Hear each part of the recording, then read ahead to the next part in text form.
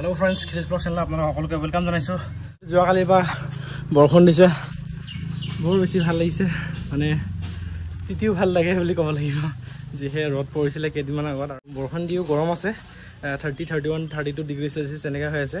বিশেষ তেনেকা নহয়, কিন্তু হলেও মানে ভালকে মানে শান্তিৰে শুব পাৰো বা শান্তিৰে গা ধুব পাৰো।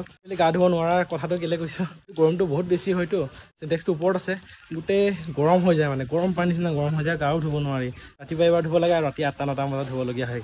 কি কৰোঁ, উপায় নাই। আৰু যেহেতু ৰ'দ পৰিছিলে কেইদিনমান আগত, ধান শুকাইছিলো, তো এতিয়া খুন্দিব কৰিলো। চাই থাকিব ভিডিঅ' এনেলৈকে। লগতে ভাবিছো ৰুকচিন ফিনে গৈ গাহৰি দিনাকো লৈ আহিম বুলি ভাবিছো। তো গাহৰি দিনা শেষ হৈ আছে আৰু এণ্ড অফ দি মান্থত ল'বলগীয়া হয় আৰু কাৰণ অহা মাহলৈ আকৌ খুৱাবতো লাগিব ন। তো এতিয়া গৈ লওঁ দেই, চাই থাকিব। যেহেতু মিলত অকণমান টাইম লাগিব বুলি কোৱাৰ কাৰণে গাহৰি দিনা আনিলোঁ, 3 বস্তা আনিছিলোঁ, 1 বস্তা আনলোড কৰিলোঁ, তাৰপিছত 2 বস্তা এতিয়া আনলোড কৰিব লাগিব অকলে আৰু মানে পিঠি দাঙি লৈ যাবলগীয়া হয়। A few moments later. বহুত দিনৰ পৰা ভাবি আছিলোঁ পোনা লগাম বুলি, লগাব পৰা নাছিলোঁ। তো লগাব পৰা নাই মানে আহি পোৱা নাছিলে ইয়ালৈ, মানে জনালে আহি পোৱা নাছিলে। তো মই আজি পোনা কলকাতাৰ পৰা মঙাব দিছিলোঁ, বেছি নহয় 5 কেজিমান লগাম পোনা, গ্ৰাছ ক্ৰাফ আৰু বাহু মাছ। তো তাৰ পোনাকেইটা বেছি ভাল বুলি কৈছে। তো বহুতে ইয়াত ডুপ্লিকেট পোনা বেছি আছে, যেনে লাষ্ট টাইম মই যেনেকৈ পাইছোঁ আৰু। তো কলকাতা পোনা যদি লগাব পাৰি তেতিয়া ভাল বুলি কৈছে। চাওঁ কি হয়, এবাৰ লগাই চাওঁ। ভাইটিজনক লৈ যাম বুলি ভাবিছোঁ, যিহেতু ফলটো লৈ আহিব নোৱাৰিম, তো সেইকাৰণে আৰু গ'লো, চাই থাকিব। পোনা লোৱা জেগা ঠাইলৈ আহিলোঁ আৰু এয়া চাওক, দেখাব বিচাৰিছোঁ পোনাকেইটা ডাঙৰ হয় আৰু দেখাব বিচাৰিছোঁ। এয়া চাওক, দুটা পুখুৰী আছে ওচৰতে। A few minutes later. পোনা লৈ আহিলোঁ মোৰ পুখুৰীত, এয়া চাওক ওপৰৰ পৰা দেখাই দিছোঁগৈ। তাৰপিছত ৰাস্তাৰ পৰা লৈ আহোঁতে বহুত কষ্ট হ'ল, কাৰণ 7 কেজি পোনা আছে, 7 কেজি পোনা লয় আৰু লগত পানীও আছে। ভালকৈ চাওঁতে 1-2টামান পোনা উপঙি আছে, মানে মৰি অৱস্থা বেয়া। তো এতিয়া লগাই দিওঁ। তো যিহেতু এইবাৰৰ মাছৰ পোনা ভালে হওক, তাকে আপোনালোকে ব্লেছ কৰি দিব আৰু যিহেতু গমেই পায় লাষ্ট টাইম বহুত বেয়াকৈ লছ খালোঁ, তো এইবাৰ যাতে ডাঙৰ হওক।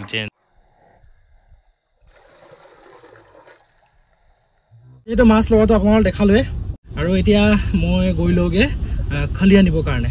অহা কাইলৈৰ পৰা দানা দিব লাগিব আৰু এতিয়া খালিটো ল'ব গৈলোঁ। ৰুকচিন গেটৰ সিপাৰত আছে মিল, তাৰ পৰা লৈ আকৌ গাঁৱলৈ গৈ ঘৰলৈ সোমামগৈ আৰু ভাইটিয়ে বহুত হেল্প কৰিছে দেই, দাঙি কৰোঁতে পুৰা হেভি গধুৰ।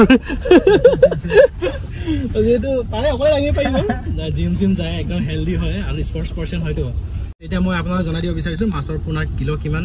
800কে পাৰ কেজি লৈছোঁ, 5 কেজি ল'ম বুলি ভাবিছিলোঁ, কিন্তু 7 কিলো ল'লোঁ। আৰু বৰষুণ দিছে, ভাল লাগিছে, বহুত তেতিয়া আনন্দ পাইছোঁ। বৰষুণত ড্ৰাইভ কৰি ভাল পাইছোঁ, কিন্তু কি হয় এটাই প্ৰব্লেম হ'ব, গাড়ীটো লেতেৰা হ'ব।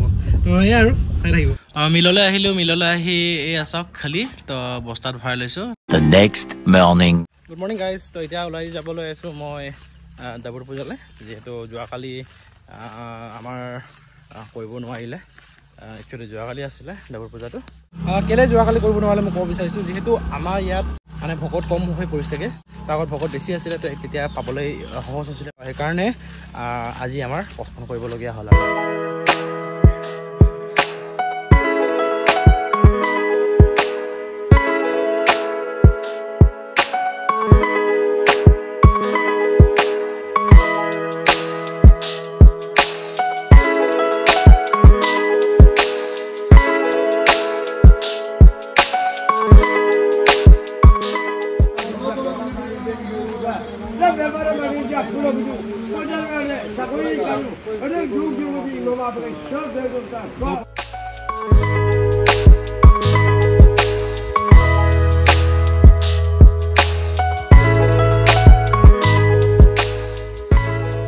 ঘৰলৈ আহি পালোঁ, আহি পাই বাহিৰতে গা পা ধুবলগীয়া হয়, কাৰণ যেহেতু বাহিৰতে বলি দি মানে পূজাটো কৰিবলগীয়া হয়তো। আপোনালোকক আগতে জনাইছিলোঁ কি ডাবুল পূজা আমাৰ কিয় কৰা হয়, খেতি বাৰী ভাল হ'বলৈ কাৰণে, গাহৰি, কুকুৰা, ছাগলী আৰু মানুহ বেমাৰ আজাৰ নহ'বলৈ কাৰণে হয়, তাকে আমাৰ বছৰে কৰিবলগীয়া হয়।